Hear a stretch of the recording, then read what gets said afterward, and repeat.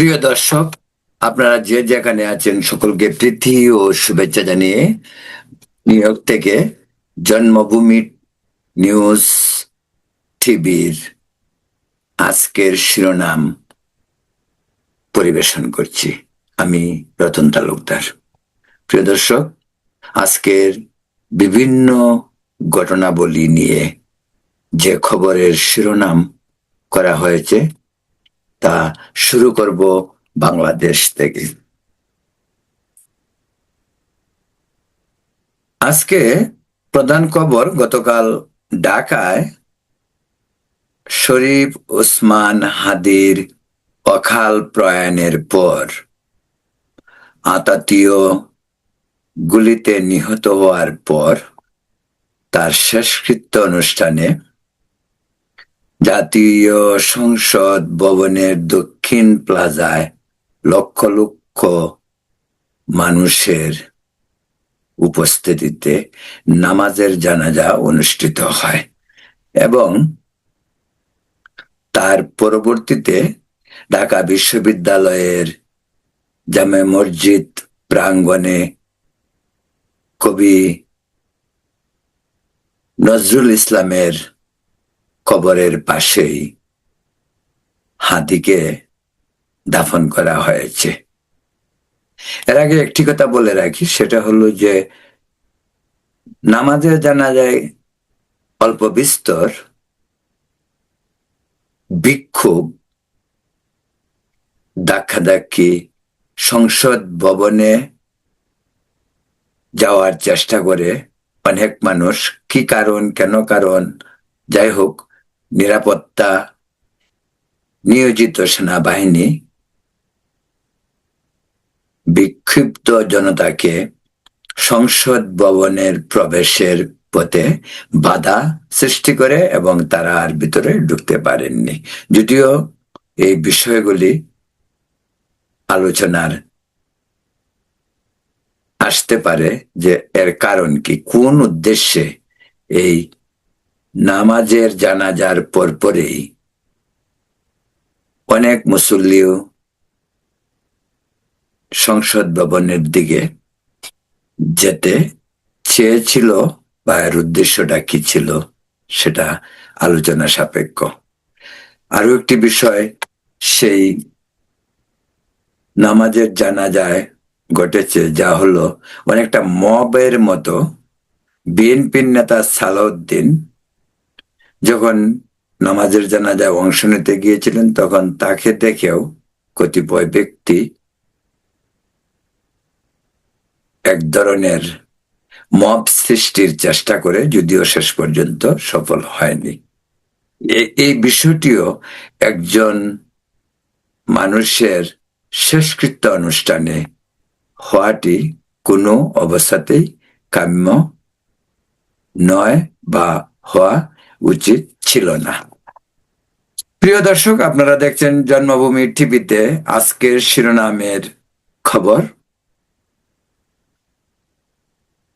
আন্তর্জাতিক ভাবে আদালতে, যেটাকে বলা হয় আইসিটি, সেখানে প্যালেস্টাইনিয়ানদের পক্ষে প্রস্তাব গৃহীত হয়। তাছাড়া রোহিঙ্গা হত্যাকাণ্ডের শুনানিও সেখানে শুরু হয়েছে বলে জানা যায়। আবারও গাজায় একটি বিয়ের অনুষ্ঠানে হামলার কারণে 6 জন নিহত হয়েছে।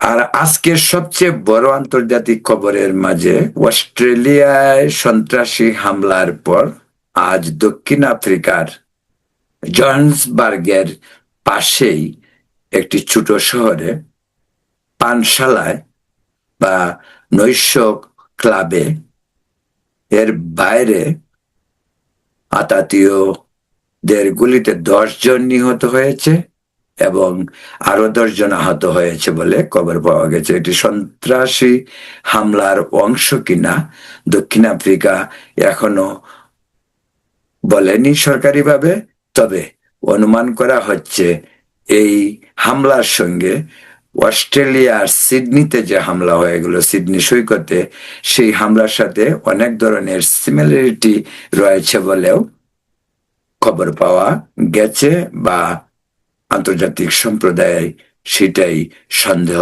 পোষণ করছে।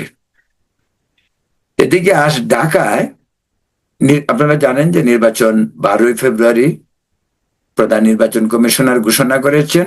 হবে কি হবে না এ নিয়েও বিতর্ক রয়েছে। তারপরেও এই হাদি হত্যাকাণ্ড, বিভিন্ন ধরনের হত্যাকাণ্ড ছাড়াও সংখ্যালঘু সম্প্রদায়ের একজন দীপু দাসকে মেরে গাছে টানিয়ে জীবিত প্রায় মানুষটিকে, ওরা হয়তো ভেবেছে মারা গেছে, কিন্তু অনেকেই বলছে যে নিয়েও বিতর্ক রয়েছে, তখনও সে মারা যায়নি, তাকে আগুন জ্বালিয়ে মধ্যযুগীয় বর্বরতার কায়দায় হত্যা করা হয়েছে। অত্যন্ত নিন্দনীয়, যেটি দেশে এবং বিদেশে সংবাদের শিরোনাম হয়েছে। আন্তর্জাতিক মানবাধিকার সংস্থা সহ ইউরোপিয়ান ইউনিয়ন, জাতিসংঘ, এমনকি আমেরিকা এবং ভারত উদ্বেগ প্রকাশ করেছে।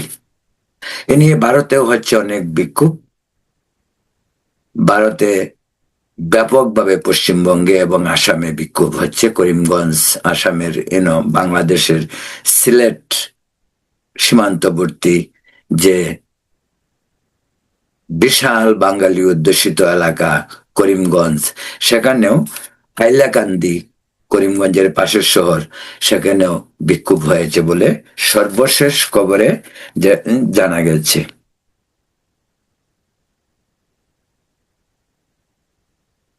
পশ্চিমবঙ্গের প্রখ্যাত রবীন্দ্রসঙ্গীত শিল্পী আশা প্রকাশ করেছেন যে ছায়ানট এবং উদীচীর উপরে যে হামলা হয়েছে, তাদের বিশ্বাস এই হামলার সুবিচার বাংলাদেশের মানুষ পাবে সরকারের কাছ থেকে, এবং তাদের বিশ্বাস ছায়ানট আবার ঘুরে দাঁড়াবেন, সেটাই তারা বিশ্বাস করে। এদিকে পশ্চিমবঙ্গের মুখ্যমন্ত্রী মমতা ব্যানার্জির নির্বাচনে পরাজয় নিশ্চিত হয়তো ভেবে নিয়েছেন, কারণ তার দুধেল গাই বলে খ্যাত সংখ্যালঘু মুসলিম সম্প্রদায়ের তার কাছ থেকে পর্যায়ক্রমে সরে যাওয়া, তিনি উদ্বিগ্ন এবং তিনি উন্মাদ প্রায়।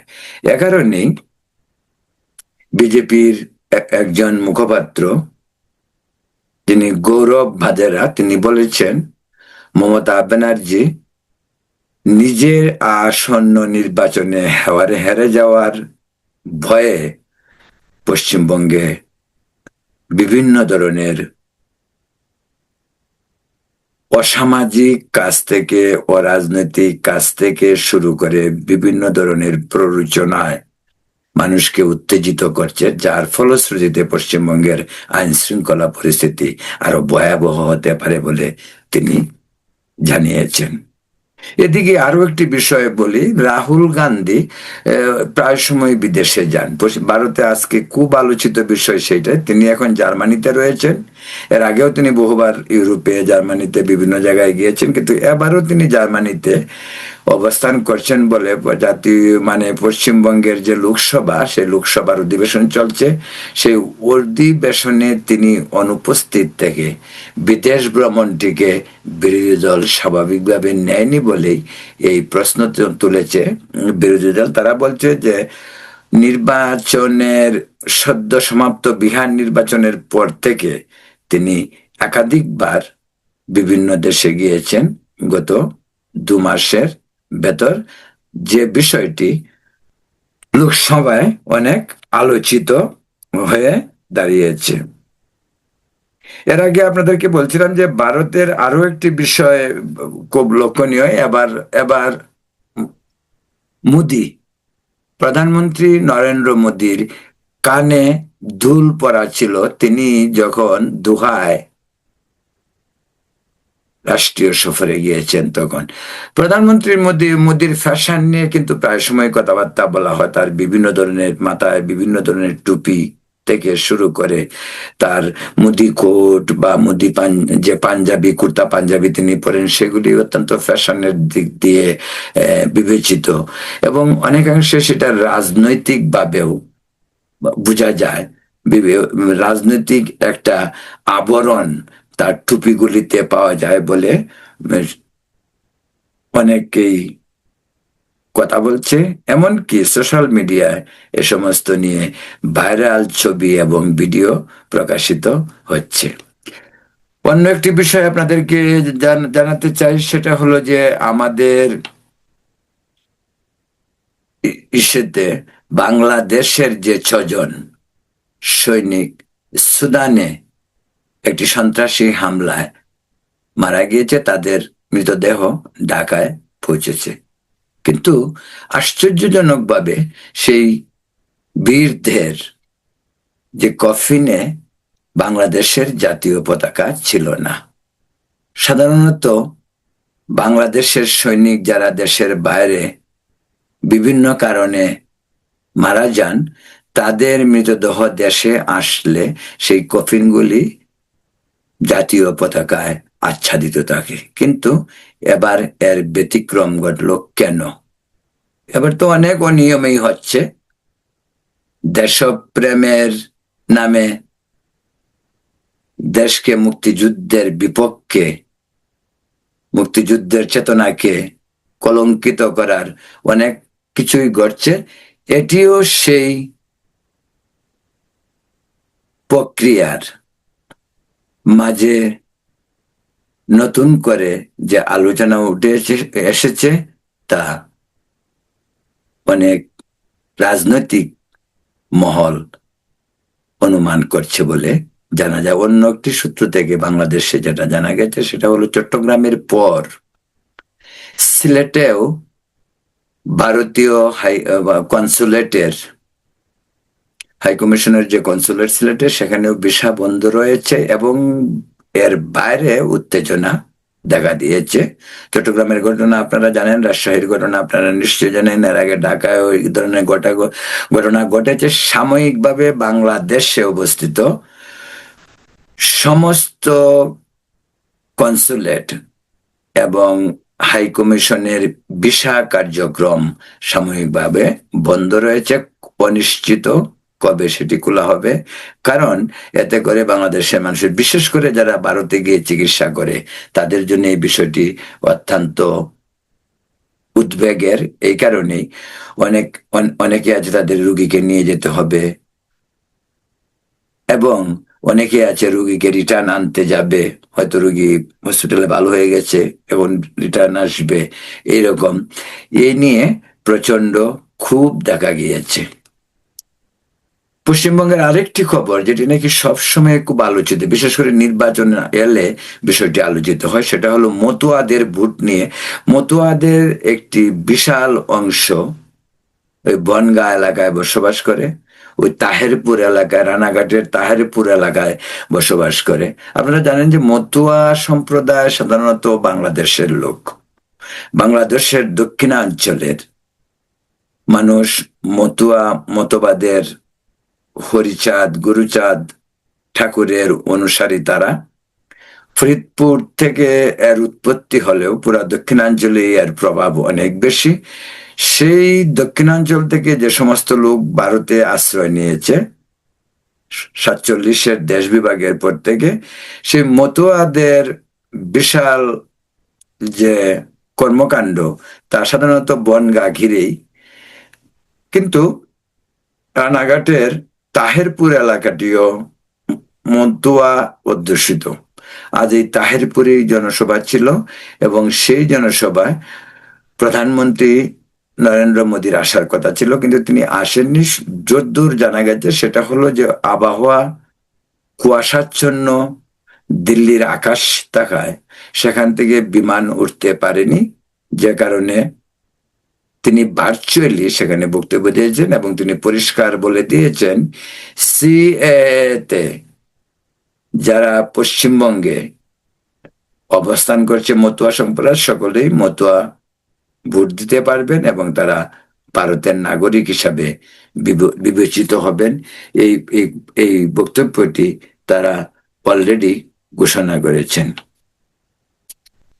এদিকে আরো একটি বিষয়ের উপরে নজর দিতে চাই, সেটা হলো যে পাকিস্তানে আবার তালেবান অ্যাটাক হয়েছে। সে অ্যাটাকটি হয়েছে পাকিস্তানের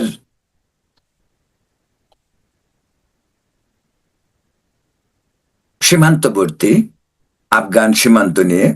সে আফগান সীমান্ত এবং পাকিস্তান সীমান্তের উম একেবারে পাকিস্তান বর্ডারের কিছু ভিতরে 6 জন সেনা কর্মকর্তা সেখানে মারা গেছে। আপনাকে জানেন যে আরেকটি বিষয় জানিয়ে রেখি, তালেবানের পাশাপাশি পাকিস্তানের বেলুচিস্তান এবং সিন্ধ প্রদেশের মানুষও পাকিস্তান থেকে বিচ্ছিন্ন হওয়ার জন্য আন্দোলনে রত আছে। আজকের অন্য আরেকটি পাকিস্তানের খবর হলো সাবেক প্রধানমন্ত্রী ইমরান খান কে আরো 17 বছর সাজা দেওয়ার বিরুদ্ধে তার দল এবং তাদের পরিবার ব্যাপকভাবে বিক্ষোভে অংশ নিচ্ছে। প্রিয় দর্শক, আজকের শিরোনামে এ পর্যন্তই খবর। আগামীকাল অন্যান্য বিষয় নিয়ে আবার আপনাদের সঙ্গে আজকের শিরোনাম অনুষ্ঠানে উপস্থিত হব। এই পর্যন্ত আপনারা ভালো থাকুন, সুস্থ থাকুন এবং নিরাপদ থাকুন। ধন্যবাদ।